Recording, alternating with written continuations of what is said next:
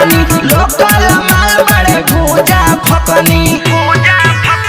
सब लोग नाम तोहर धरे मन रखनी लोकल माल बड़े भूजा फकनी देखाओ न लोगवा भड़क जाई रे देखाओ न लोगवा भड़क जाई रे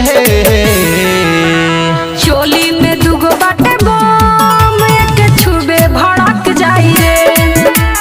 चोली में दुगो बाटे बम एक छुबे भड़क जाई रे चोली में दुगो बाटे बम एक छुबे भड़क जाई रे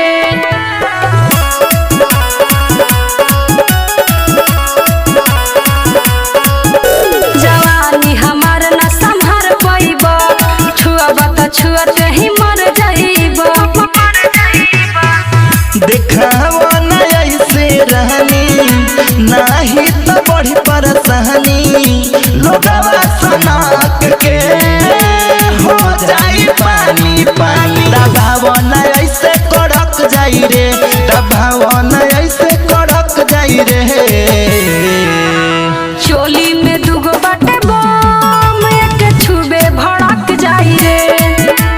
चोली में दुगो बाटे बम एक छुबे भड़क जाई रे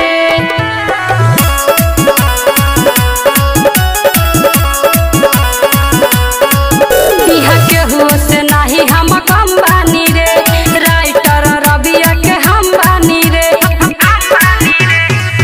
कुनल कुआरा तोहर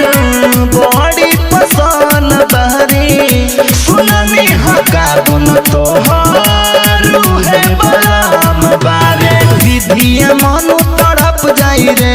शशि भूषण तड़प जाई रे चोली में दुगो बाटे बम एक छुबे भड़क जाई रे चोली में दुगो बाटे बम एक छुबे भड़क जाई रे रिकॉर्डिंग बाय